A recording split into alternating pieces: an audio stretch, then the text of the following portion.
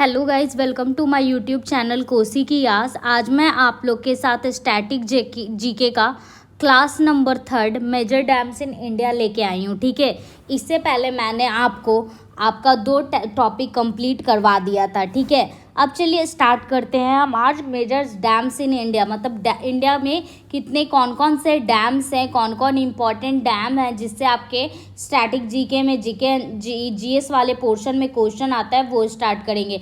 ये सीरीज़ आपके RRB, ALP, JE, NTPC, group D सारे बच्चों के लिए बहुत इंपॉर्टेंट है। आपके आने वाले एग्ज़ाम ग्रुप डी का, एनटीपीसी का, उन सब में ये क्वेश्चन भर भर के पूछे जाते हैं आपके स्टैटिक जीके से। तो अगर आप ये वीडियो के साथ बने रहते हो तो आपका ये पोर्शन स्टैटिक जीके पूरा कंप्लीट हो जाएगा। तो चलिए हम लोग आज स्टार्ट क्या कर रहे हैं, आपका मेजर्स डैम्स इन इंडिया। तो सबसे पहले हम जानेंगे कि डैम्स होता क्या है। तो डैम्स कुछ नहीं होता है। डैम क्या होता है? एक बैरियर होता है, एक स्टॉप होता है जो कि क्या करता है, पानी के फ्लो को क्या करता है, रोकता है। क्या करता है? पानी के फ्लो को क्या करता है, रोकता है। कौन? बैरियर्स। डैम क्या है? एक बैरियर है, एक अवरोधक है जो कि क्या करता है, पानी के फ्लो को क्या करता है, रोकता है। पानी के फ्लो को क्या करता है, ये रोकता है। ठीक है, अब क्या करते हैं हम लोग, डैम रिजर्वायर क्रिएट क्यों करते हैं, ये बनाते क्यों हैं? तो हम लोग इसको इसलिए बनाते हैं ताकि हम लोग क्या कर सके, फ्लड को कम कर सके। पानी इरिगेशंस के लिए मतलब सिंचाई वगैरह के लिए जो पानी वगैरह का हम लोग यूज़ करते उसका यूज़ कर सके हम लोग। इससे इलेक्ट्रिसिटी बनाने में हम लोग डैम का यूज़ करते हैं। ड्रिंकिंग वाटर पर्पस के लिए भी हम लोग इसका यूज़ करते हैं। इंडस्ट्रियल यूज़ के लिए यूज़ होता है। एक्वा कल्चर, फिशिंग वगैरह के लिए यूज़ होता है। नेविगेबिलिटी के लिए भी यूज़ होता है। तो डैम आपका कुछ नहीं है। डैम क्या करता है, पानी के फ्लो को रोकता है, एक अवरोधक का काम करता है, एक रिजर्वायर क्रिएट करता है जिससे हम फ्लड को रोक सकते हैं। इरिगेशंस के लिए, आपके सिंचाई के लिए पानी का व्यवस्था करता है। इलेक्ट्रिसिटी हम इससे जनरेट कर सकते हैं। हम लोग ड्रिंकिंग पर्पस के लिए भी यूज़ कर सकते हैं। इंडस्ट्रियल यूज़ के लिए भी हम लोग कर सकते हैं। और तो और हम लोग इसमें एक्वा कल्चर, फिशिंग वगैरह भी कर सकते हैं। ठीक है, अब बात करते हैं। देखिए यहाँ पे मैंने आपको इंडिया का मैप दिखाया है। देखिए सबसे पहले आपको यहाँ पे मैंने कुछ इम्पॉर्टेंट डैम का बात बताया। देखिए Dulhasti dam, Bhakra Nangal dam, Tehri dam, Nanak Sagar dam, Pampa dam, Bisalpur dam, Sardar Sarovar dam, Indira Sagar dam, Koyna dam, Tungabhadra dam, यहाँ पे मेट्योर डैम, भवानी सागर डैम। आपको मैं सब डैम के बारे में बताऊंगी। Nagarjuna Sagar dam, Hirakud dam, Rihand dam, Maithon dam.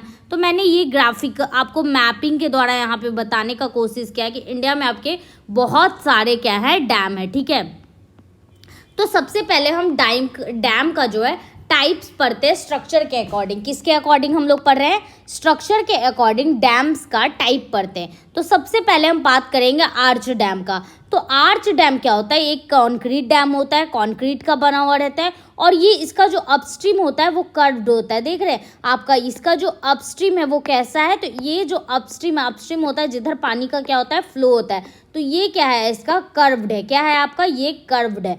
तो इसको इसलिए बनाया जाता है ताकि यहाँ पे जो हाइड्रोस्टेटिक प्रेशर, जो पानी का दबाव लगे, उससे अगर ये सीधा भी हो जाता है तो ये इतना स्ट्रॉन्ग रहता है कि पानी के प्रेशर को क्या करता है, झेल लेता है। ठीक है, अब हम बात करते हैं, ये जो होता है ना, ये आपका बहुत क्या करता है, पानी के प्रेशर्स को झेल लेता है। अगर ये थोड़ा सीधा भी हो जाता है ये वाला स्ट्रक्चर तो भी उतना इफेक्ट नहीं पड़ता है इसको हम लोग इस तरह से आर्क की तरह इस तरह से क्या करते हैं, डिज़ाइन करते हैं, स्ट्रक्चर करते हैं। ठीक है, अब हम बात करते हैं आपका ग्रेविटी डैम। ये आपका ग्रेविटी डैम का स्ट्रक्चर है। तो ग्रेविटी डैम कैसे बनता है? तो ये डैम आपका कंक्रीट या स्टोन मशीनरी से बनता है, इसीलिए हम लोग इसको स्टोन मशीनरी डैम या कंक्रीट डैम्स के भी नाम से जानते हैं। ये इस तरह से बनाया जाता है कि ये जो जितना भी हम लोग मटेरियल यूज़ करते हैं, बालू, गिट्टी, सीमेंट वगैरह, इसका वेट इतना रहता है ना कि ये पानी के फ्लो को क्या कर सकता है, रोक सकता है। इसमें कुछ एक्स्ट्रा वो चीज़ हम लोग नहीं प्रोवाइड करते, बस ये अपने मटेरियल की वजह से ही क्या करता है, पानी के फ्लो को क्या करता है, रोक देता है। ठीक है, and it resistance against the foundation. और इसका जो फाउंडेशन होता है वो इतना मजबूत बनाया जाता है, इतना मजबूत ताकि वो मतलब पानी के प्रेशर को क्या कर सके, झेल सके। ये क्या करता है, उसका जो फाउंडेशन है वो हॉरिजॉन्टल प्रेशर ऑफ वाटर को क्या करता है, पुश करता है, अपोज करता है, ताकि आपका जो इसमें जो डैम का हर एक सेक्शन होता है, हर सेक्शन बहुत स्टेबल होता है, इंडिविजुअल बहुत इसमें स्ट्रेंथ होता है, बहुत ताकत होता है, ठीक है। अब हम बात करते हैं आर्क ग्रेविटी डैम। तो ये आपका आर्च और ग्रेविटी डैम का क्या होता है, कॉम्बिनेशन होता है। अब हम बात करते हैं बैरेज। तो बैरेज भी एक तरह का क्या है, डैम ही है। क्या है, बैरेज भी एक तरह का आपका डैम ही है। बट बैरेज क्या करता है ना, बैरेज का जो होता है वो हाइट बहुत कम होता है, मतलब उतना हेड नहीं होता है, इसका हाइट कम होता है। इसको हम लोग डाइवर्सन डैम भी बोलते हैं। इसमें बहुत सारा क्या होता है, गेट होता है, जो कि क्या करता है, पानी के फ्लो को कंट्रोल करता है कि कितना पानी कहाँ से पास करेगा, किस डायरेक्शन में पास करेगा। ये आपका कौन काम करता है, बैरेज काम करता है, ठीक है। अब हम बात करते हैं एम्बैंकमेंट डैम का। तो एम्बैंकमेंट डैम कुछ नहीं है, ये टिपिकली क्या है, ये जो हम लोग मिट्टी वगैरह या फिर सीमेंट मिट्टी वगैरह, रॉक वगैरह, बालू वगैरह क्या होता है ना, इसको हम लोग कॉम्पैक्ट कर करके ऊपर एक ऐसे हेड की तरह, एक टीला की तरह क्रिएट करते हैं नदी ये सब के चारों तरफ। तो इस तरह के डैम को हम लोग क्या बोलते हैं, एम्बैंकमेंट डैम बोलते हैं। ये कैसे बनाया जाता है, placement and compaction of complex semi plastic mount various composition, solid, sand, clay, rock वगैरह को क्या करते हैं, कॉम्पैक्ट करके हम लोग उसका क्या करते हैं, प्लेसमेंट करते हैं। ये आपका सेमी परवियस वाटर प्रूफ होता है, ये नेचुरल कवरिंग होता है इसका, और ये इंडेंस परवियस कोड होता है, ठीक है। जो मटेरियल हम लोग एम्बैंकमेंट के लिए यूज़ करते हैं वो आपका सॉइल हो गया, रॉक हो गया, वेस्ट मटेरियल हो गया, जो आप लोग माइनिंग वगैरह में निकलता है, उन सब का हम लोग क्या करते हैं, यूज़ करते हैं बनाने के लिए। अर्थ फिल डैम क्या होता है, इसी का टाइप है। इस डैम में हम लोग क्या करते हैं, जो आपका सक्सेसिव लेयर ऑफ अर्थ होता है, मिट्टी का, हम लोग क्या करते हैं, सक्सेसिव लेयर ऑफ कॉम्पैक्टिंग करके प्लेस करते हैं एक दूसरे के ऊपर, और ये मोस्ट परमेबल सब्सटेंस होता है on the upstream and downstream side दोनों, ठीक है। अब हम बात करते हैं कि डैम तो हम लोग बना लेते हैं, लेकिन डैम की वजह से कुछ कुछ क्या होता है, आपका डिस्ट्रक्शंस होता है। क्या होता है आपका, डैम्स की वजह से आपका कुछ कुछ क्या होता है, डिस्ट्रक्शंस होता है, कुछ कुछ प्रॉब्लम होता है, ठीक है। आपका क्या होता है, कुछ कुछ डिस्ट्रक्शन होता है, कुछ कुछ प्रॉब्लम्स होता है, ठीक है। तो आपका सबसे पहले क्या होता है, आपका अफेक्ट, जो आपका एक्वेटिक अफेक्ट लाइफ होता है वो क्या होता है, आपका अफेक्ट हो जाता है। क्या हो जाता है, आपका जो आपका एक्वेटिक लाइफ है वो क्या हो जाता है, अफेक्ट हो जाता है, ठीक है। पहले हम बात करेंगे कि वो कैसे अफेक्ट होता है। तो देखिए आपका जो एक्वेटिक लाइफ है कैसे अफेक्ट होता है, तो हम लोग डैम क्या करते हैं, डैम बनाते हैं। डैम बनाने से क्या होता है ना, जो मछली वगैरह अंडा वगैरह देती है वो एक जगह पे क्या होता है, लिमिट हो जाता है, फिक्स्ड हो जाता है, ठीक है। Limit their ability to occur स्वेनिंग, वो अलग अलग जगह पे अंडा नहीं दे सकती है, जिससे आपका फिश का माइग्रेशन नहीं होता है, फूड का रिसोर्सेज कम जाता है, उन लोगों का शिकार बहुत जल्दी हो जाता है। मतलब अगर देखिए आप यहाँ पे इतना ही जगह, और यहाँ पे बड़ा मछली क्या करेगा, छोटा मछली को ईजिली कैप्चर कर लेगा, लेकिन इतना बड़ा जगह रहता है तो इसको ढूंढने में टाइम लगता है ना। इसीलिए डैम बनाने से क्या होता है, छोटी छोटी मछलियों वगैरह का शिकार जल्दी हो जाता है। फिर डैम क्या करता है, रिवर्स को ब्लॉक करता है। डैम और रिजर्वायर जो है पानी को क्या करते हैं, फिजिकली रोकते हैं, वो सीजन को फ्लो होने नहीं देते इधर उधर। मान लीजिए कोई सीजन में अगर डैम नहीं रहता था तो पानी इस जगह भी पहुंचता था, इस जगह भी पहुंचता था, लेकिन डैम आने की वजह से क्या हो गया, ये रुकावट हो गया। क्या हो गया, रुकावट हो गया। तो ये भी काम करता है।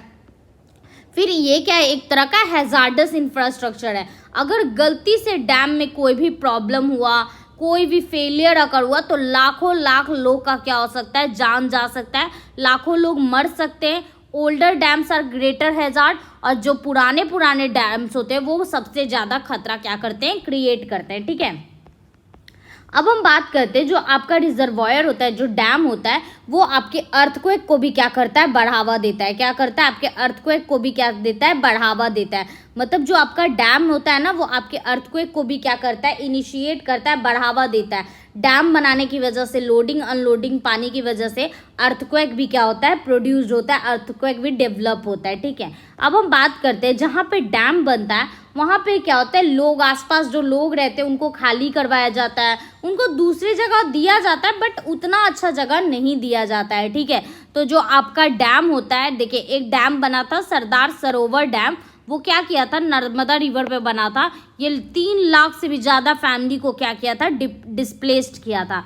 अब हम बात करते हैं जो डैम बनता है तो वहाँ पे ग्रीन हाउस गैस का भी इमिशन होता है। जैसे जहाँ तर आपका जो गर्मी वाला रीजन होता है, ट्रॉपिकल रीजन होता है, वहाँ पे ये चीज़ ज़्यादा अकर होता है। क्या होता है ना कि डैम में मान लीजिए आपका कोई मछली वगैरह उसको कोई खाया तो उसका अपसेस वहीं है, सड़ा गला, वहाँ पे बैक्टीरिया जनरेट हुआ, लॉट्स ऑफ फंगस जनरेट हुआ, तो वहाँ मीथेन गैस बना, कार्बन डाइऑक्साइड बना, आपका कार्बन मोनोऑक्साइड गैस बना। तो इन सब ये सब क्या है आपका ग्रीन हाउस गैस है। तो इन सब का भी क्या होता है इमिशन होता है और गर्मी बढ़ जाता है। ठीक है, अब हम बात करते हैं कुछ कुछ सुपरलेटिव स्लेक्स का जो कि हाईएस्ट, लॉन्गेस्ट, ओल्डेस्ट, ये सब आपके एग्जाम में डायरेक्टली क्वेश्चन पूछ लेता है। तो सबसे हाईएस्ट डैम और टॉलेस्ट डैम इन इंडिया कौन सा है आपका, तो टेहरी डैम है। कहाँ है आपका, टेहरी डैम है। और ये किस तरह का डैम है, तो ये इम्बैंकमेंट टाइप डैम है। कैसा टाइप डैम है, इम्बैंकमेंट टाइप है। और ये कहाँ पे आपका, उत्तराखंड में। कहाँ पे है, उत्तराखंड में। और कौन से नदी पे बना हुआ है, तो ये भगीरथी रिवर पे बना हुआ है। कौन सा रिवर पे बना हुआ है, भगीरथी रिवर पे। फिर आपसे पूछेगा लॉन्गेस्ट डैम, तो लॉन्गेस्ट डैम आपका कौन सा है, हीराकुंड डैम जो है आपका सबसे लॉन्गेस्ट डैम है। और ये कहाँ पे है, ये उड़ीसा में। और किस रिवर पे बना हुआ है, तो ये महानदी रिवर पे बना हुआ है। कौन से रिवर पे बना हुआ है, महानदी रिवर पे। फिर पूछता है आपका ओल्डेस्ट डैम, तो सबसे पुराना डैम आपका कौन है, कोलानई डैम। कौन सा है आपका, कोलानई डैम। कहाँ है ये, तमिलनाडु में। कहाँ, तमिलनाडु में। और ये कहाँ पे है, कौन से नदी पे, तो ये कावेरी रिवर पे। कौन से रिवर पे है, ये कावेरी रिवर पे। फिर पूछता है आपका हाईएस्ट ग्रेविटी डैम। इस बार हाईएस्ट डैम नहीं पूछा, इस बार आपसे पूछा है हाईएस्ट ग्रेविटी डैम। तो जो आपका हाईएस्ट ग्रेविटी डैम है वो आपका भाखड़ा नांगल डैम है। कौन सा डैम है आपका, भाखड़ा नांगल डैम। और ये कहाँ पे है, ये हिमाचल प्रदेश में। और कौन से नदी पे बना हुआ है, सतलज नदी पे। भाखड़ा नांगल डैम जो है दो तरह का डैम है, भाखड़ा अलग डैम है, नांगल एक अलग डैम है। और दोनों क्या होता है ना, एक बॉर्डर पे पड़ता है, इसलिए हम लोग मिला के नाम दे देते हैं। भाखड़ा आपका हिमाचल प्रदेश में, नांगल आपके पंजाब के बॉर्डर पे। तो इसीलिए हम लोग इसको नाम दे देते हैं भाखड़ा नांगल डैम। ठीक है, और ये किस नदी पे, तो ये सतलज नदी पे। अब हम बात करते हैं बिगेस्ट आर्क डैम। तो बिगेस्ट आर्क डैम आपका केरला में है। कौन सा डैम है आपका, इडुक्की डैम। कौन सा डैम है आपका, इडुक्की डैम। और कौन से नदी पे, तो पेरियार रिवर। कौन से रिवर पे है ये, पेरियार रिवर। ठीक है, अब हम बात करते हैं अलग अलग। देखिए इंडस रिवर जो होता है ये हम लोग को ऊपर से जो इंडस रिवर पार करता है, पाकिस्तान होते जाता है, जम्मू कश्मीर सब होते हुए।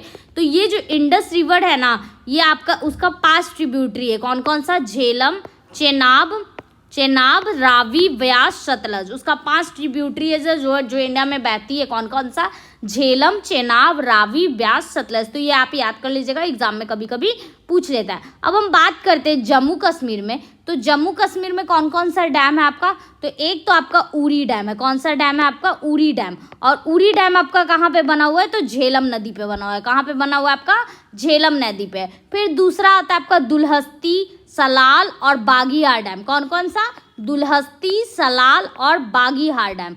ये भी आपका कहाँ पे बना हुआ है, तो ये चेनाब नदी पे बना हुआ है। कहाँ पे बना हुआ है, चेनाब। और ये सब कहाँ, ये आपके जम्मू एंड कश्मीर में। फिर एक आपका डैम है पाकुल डुल डैम। कौन सा डैम है, पाकुल डुल डैम।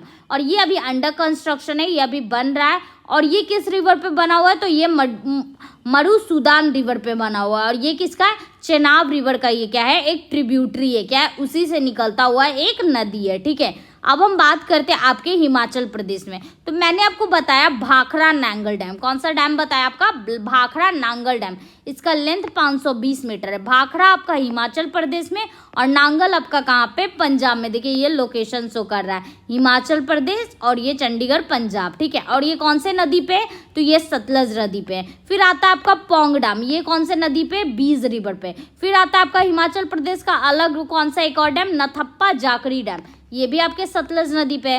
फिर कोलडाम डैम, ये कोलडाम ये भी सतलज नदी पे। फिर चमीरा डैम, ये आपके रावी में है। ठीक है, रावी रिवर पे। अब हम बात करते हैं भाखड़ा नांगल जो डैम है वो सेकेंड टॉलेस्ट डैम है। हाईएस्ट टॉलेस्ट डैम कौन सा है आपका, तो मैंने अभी आपको बताया कौन सा डैम है आपका, बताइए। तो आपका टेहरी डैम जो है सबसे हाईएस्ट या टॉलेस्ट डैम है, फर्स्ट नंबर पे इंडिया में। लेकिन सेकेंड टॉलेस्ट पूछेगा या सेकेंड हाईएस्ट, तो वो आपका कौन सा हो जाएगा, वो आपका हो जाएगा भाखड़ा नांगल डैम। लेकिन हाईएस्ट ग्रेविटी डैम कौन सा हो जाएगा आपका, तो वो भाखड़ा नांगल डैम हो जाएगा। ठीक है, जो भाखड़ा डैम पे रिजर्वायर है उसका नाम क्या है, गोविंद सागर। क्या नाम है उसका, गोविंद सागर। और इस भाखड़ा नांगल डैम को क्या कहा जाता है, new temple of resurgent India. किनके द्वारा कहा गया, तो ये जवाहरलाल नेहरू भाखड़ा नांगल डैम को एक नाम दिए थे। क्या नाम दिए थे, new temple of resurgent India. ठीक है, आपसे डायरेक्टली क्वेश्चन पूछ लेता है। नांगल एक अनदर डैम है जो डाउन स्ट्रीम है किसका, भाखड़ा नांगल डैम का। देखिए पंजाब में आपका कौन कौन सा डैम है, तो पंजाब में आपका डैम है रंजीत सागर डैम, जो कि आपका इसको हम लोग थीन डैम भी बोलते हैं, ये रावी नदी पे है, ये पंजाब और जम्मू कश्मीर के बॉर्डर पे। फिर आपका नांगल डैम ये सतलज नदी पे, मैंने अभी बताया था थोड़ी देर पहले।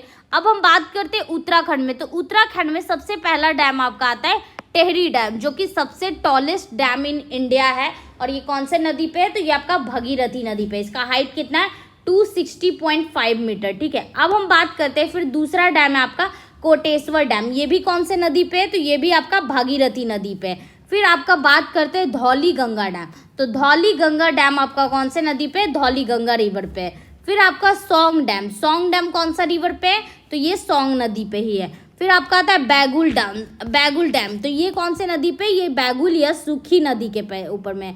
फिर आता है ढोरा डैम, तो ढोरा रिवर पे। फिर एक आता है नाना सागर डैम, ये कौन से नदी पे, ये देवहर रिवर पे है। और ये किसका ट्रिब्यूटरी है, तो ये राम गंगा का क्या है, ट्रिब्यूटरी है। ठीक है, फिर एक आता है लखवाड़ व्यासी डैम, ये यमुना में बहता है। ठीक है, अब हम बात करते हैं उत्तर प्रदेश में, तो उत्तर प्रदेश में आपका रिहन डैम, रानी लक्ष्मीबाई डैम और माटा टीला डैम। तो रिहन डैम रिहन नदी पे है, गोविंद बल्लभ पंत सागर इसका रिजर्वायर है, जो कि यूपी और एमपी के बॉर्डर पे है। और ये सोन नदी का क्या है, ट्रिब्यूटरी है, रिहन रिवर। फिर आता है आपका रानी लक्ष्मीबाई डैम, ये कहाँ पे है, इसको हम लोग राजगढ़ डैम भी बोलते हैं, ये बेतवा नदी पे है। फिर माता टीला डैम, ये भी यूपी और एमपी के बॉर्डर पे आता है, ये भी बेतवा नदी के पीस में। ठीक है, अब हम बात करते हैं उड़ीसा में, तो उड़ीसा में जो आपका है हीराकुंड डैम, हीराकुंड डैम जो है लॉन्गेस्ट डैम इन इंडिया है। टोटल लेंथ इसका 25.79 किलोमीटर है। और इसका जो मेन डैम का लंबाई है वो 4.8 किलोमीटर का है। बाकी डैम छोटा छोटा है। ये कौन से नदी पे है, तो ये महानदी पे। ठीक है, फिर दूसरा आता है इसी का इंद्रावती डैम, ये आपके गोदावरी के ट्रिब्यूट इंद्रावती पे है। फिर कापुर डैम, ये आपके कापुर में है। रेंगाली डैम, ये आपके ब्राह्मणी नदी पे है। हल्दिया डैम, ये हल्दिया नदी पे है। ठीक है, अब हम बात करते हैं झारखंड का, तो झारखंड में है तिलैया डैम, पंचेत डैम, मैथुन डैम। तो तिलैया डैम आपका कहाँ है, ये आपके बाराकार नदी पे है, दामोदर रिवर के ट्रिब्यूटरी पे है। मैथुन डैम भी आपका किस पे है, बाराकार पे है, दामोदर का क्या है, ट्रिब्यूटरी है। पंचेत डैम कहाँ पे है, दामोदर नदी, मतलब जो आपका झारखंड है उसमें कौन सा नदी बहता है, आपका दामोदर बहता है। कोनार कहाँ है, कोनार नदी पर। ठीक है, अब हम बात करते हैं ये जो दामोदर वैली है, जो इसमें बहुत सारा प्रोजेक्ट क्या किया जाता है, ऑपरेट किया जाता है। दामोदर रिवर जो है वेस्ट बंगाल और झारखंड में क्या करता है, लाई करता है। इसमें 3 डैम आते हैं, Tilaiya dam, Kolar dam, Maithon dam और पंचायत डैम। ठीक है, ये बात आप लोग याद रखिएगा। अब हम बात करते हैं वेस्ट बंगाल का, तो वेस्ट बंगाल में 2 नदी आपका, एक हुगली है और जो कि आगे चल के ही हुगली बन जाती है गंगा, और वो बांग्लादेश चली जाती है तो वो क्या बन जाती है, पद्मा बन जाती है। ये गंगा जो ऐसे आती है तो ये अगर वेस्ट बंगाल में घुसती है तो हुगली बन जाती है, और अगर बांग्लादेश में घुसती है तो ये पद्मा बन जाती है। ठीक है, तो ये बात आप लोग याद रखिएगा। और फिर बाद में ये कैसे मिल जाता है, बे ऑफ बंगाल से क्या हो जाता है, मिल जाता है। ठीक है, तो इसमें 2 तरह का आता है, एक बैरेज आता है और एक डैम आता है। तो फरक्का बैरेज किस नदी पे है, तो फरक्का बैरेज गंगा नदी पे। और मयूर का रक्षी डैम कौन से नदी पे, तो मयूर रक्षी रिवर पे। ठीक है, फरक्का बैरेज जो है ये गंगा रिवर पे बैरेज है, जो कि मुर्शिदाबाद डिस्ट्रिक्ट में वेस्ट बंगाल के स्टेट में लाई करता है। ये 18 किलोमीटर बॉर्डर से है बांग्लादेश के नियर में, शिवगंज से। ठीक है, फिर मध्य प्रदेश में कौन कौन सा डैम आता है, आपका गांधी सागर डैम, ये चंबल नदी पे बना हुआ है। फिर आपका इंद्र सागर डैम, ये नर्मदा पे है। फिर ओमकारेश्वर, ये भी नर्मदा पे है। फिर तवा डैम, ये तवा नदी पे है, नर्मदा का ट्रिब्यूटरी पे। फिर माटाटीला डैम ये दोनों में आता है, यूपी एमपी दोनों में, बेतवा रिवर पे बना हुआ है। फिर दौधान डैम ये केन रिवर पे है। रामसागर डैम सोन पे है, ये गंगा का ट्रिब्यूटरी है। अब हम बात करते हैं, इसी पे एक चंबल प्रोजेक्ट चलाया जाता है। इसके अंदर 3 डैम आते हैं, गांधी सागर, राणा प्रताप और जवाहर सागर। ठीक है, तो गांधी सागर तो एमपी में है और राणा प्रताप सागर और जवाहर सागर आपके राजस्थान में। कहाँ पे है? आपके राजस्थान में। तो ये बात आप लोग याद रखिएगा। ठीक है, अब हम बात करते हैं दौधन डैम का। तो दौधन डैम क्या होता है? ये एक पार्ट है केन बेतवा रिवर का, जो कि लिंक प्रोजेक्ट करता है इंडिया और फास्ट रिवर के बीच में। ठीक है, तो ये आपको इसलिए बनाया जाता है ये जो डैम है ये कहाँ लोकेटेड है? केन रिवर के ऊपर लोकेटेड है। और कौन से एरिया के अंडर है? तो पन्ना टाइगर रिजर्व के अंदर है। अगर ये डैम कंस्ट्रक्ट होता है तो आपका जो पन्ना डैम का है उसका 10% क्या होगा? जो हैबिटेट है टाइगर का वो पानी में सबमर्ज हो जाएगा। ठीक है, अब हम बात करते हैं राजस्थान डैम का। तो राजस्थान डैम में सबसे पहले आता है बीसलपुर डैम, ये बनास नदी पे। फिर आता है आपका राणा प्रताप सागर डैम, ये आपके चंबल नदी पे। फिर आपका आता है जवाहर सागर या कोटा डैम, ये भी आपके चंबल नदी पे। फिर आता है माही बजाज सागर डैम, ये आपके माही नदी पे। फिर आता है आपका जसवंत सागर डैम, ये लूनी नदी पे। कौन सा नदी पे है आपका? लूनी नदी पे। तो ये सब आपको याद करना जरूरी है। फिर आप बात करते हैं गुजरात का। तो गुजरात में जो आपका आता है सरदार सरोवर, ये आपके नर्मदा नदी पे। उकाई डैम या काकरापड़ डैम, ये आपके तप्ती नदी पे है। फिर कोडाना डैम, ये आपके माही नदी पे है। करजन डैम, ये करजन पे है, ये ट्रिब्यूटरी है किसका? नर्मदा का। सीपू डैम, ये सीपू पे और ये ट्रिब्यूटरी है बनास का। ठीक है, अब हम बात करते हैं महाराष्ट्र में। तो महाराष्ट्र में कौन कौन सा डैम है? कोयना डैम, ये कोयना नदी पे आता है। फिर उजानी डैम या भीमा डैम, ये भीमा नदी पे आता है। जैकवाड़ी डैम, ये गोदावरी नदी पे आता है। अब हम बात करते हैं तेलंगाना पे। तो तेलंगाना में जो सबसे पहला डैम है ये नागार्जुन सागर।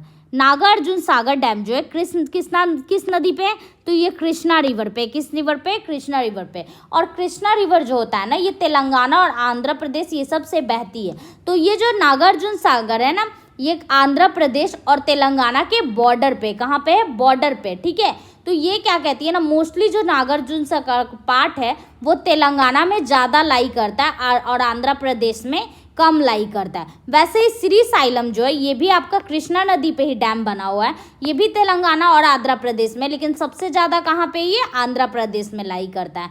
पोचमपाड डैम ये गोदावरी नदी पे है, ये श्री राम सागर प्रोजेक्ट के भी नाम से जाना जाता है। निजाम सागर डैम ये कौन से नदी पे? मंजीरा, ये गोदावरी का ट्रिब्यूट है। सिंगूरा डैम। ठीक है, अब हम बात करते हैं आंध्र प्रदेश का। तो आंध्र प्रदेश में मैंने बताया श्रीसाइलम डैम, ये भी कृष्णा नदी पे। फिर सोमशिला डैम पेन्नार नदी पे।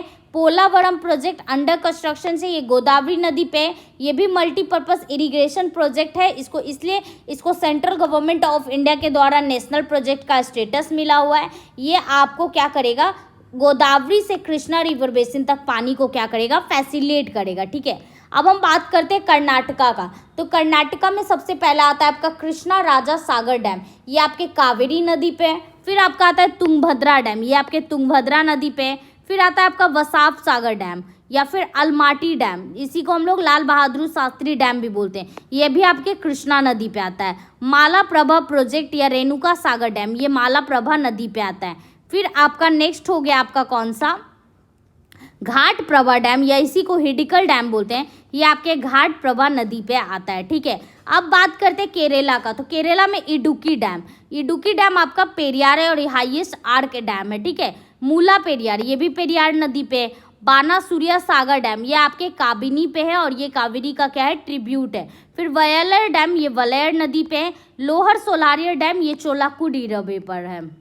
अब बात करते हैं तमिलनाडु में। तो तमिलनाडु में कोल्लनई डैम कावेरी नदी पे, ये सबसे ओल्डेस्ट डैम है। मेट्यूर डैम, ये भी कावेरी नदी पे। भवानी सागर या लोअर भवानी डैम, ये भी ये कावेरी नदी पे है। फिर कुंडा डैम भवानी नदी पे है। फिर आपका अपर शोलर डैम, ये चलाकुडी रिवर पे। ठीक है, अब बात करते हैं कुछ मिसलेनियस का। ठीक है, तो सबसे पहले दुधवा डैम कहाँ है आपके छत्तीसगढ़ में, और ये कौन से नदी पे है, महानदी पे। फिर गंगरेल डैम अभी कहाँ पे, छत्तीसगढ़ में, और ये महानदी पे। हसदेव बांगो डैम भी छत्तीसगढ़ में, बट ये कौन से रिवर पे, हसदेव रिवर पे। फिर बिहार में कौन कौन सा डैम है आप, एक नागी डैम या नटकी डैम, ये कौन से नदी पे है, नागी नटकी पे है। कोहिरा डैम भी बिहार में, ये कोहिरा नदी पे है। फिर अब बात करते हैं रंगहित डैम, ये सिक्किम पे है, ये तीस्ता का ट्रिब्यूटरी रंगहित पे है। फिर रानागंडी आंध्र प्रदेश, ये रानागंडी रिवर पे है, ठीक है। तो आपका यहाँ पे टोटल डैम्स कंप्लीट हो गया। अब मैं आपके साथ नेक्स्ट वीडियो में मिलती हूँ।